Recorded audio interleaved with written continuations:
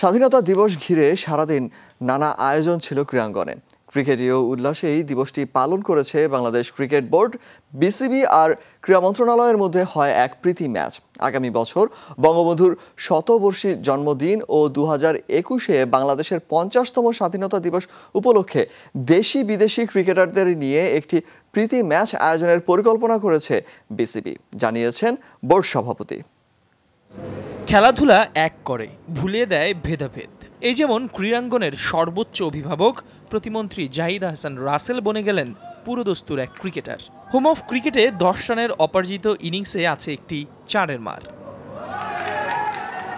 শুধু তিনিই নন, ক্রিকেটীয় এই বিনোদনে মেতে ওঠেন দেশের খেলাধুলা দেখভালের দায়িত্বে থাকা ক্রীড়া মন্ত্রণালয়ের কর্তারা।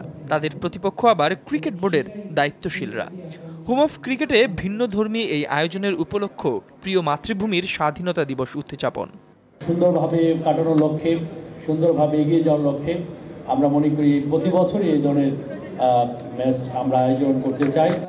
নিছকই বিনোদনের এই ম্যাচটি 59 রানে জিতে নিয়েছে বিসিবি অফিসিয়াল একাদশ। তবে আসছে বছরের 17 মার্চ বঙ্গবন্ধুর শতবর্ষী জন্মদিন আর পরের বছর বাংলাদেশের 50তম স্বাধীনতা দিবস উপলক্ষে আরও বড় আয়োজনের পরিকল্পনা বিসিবির সভাপতির।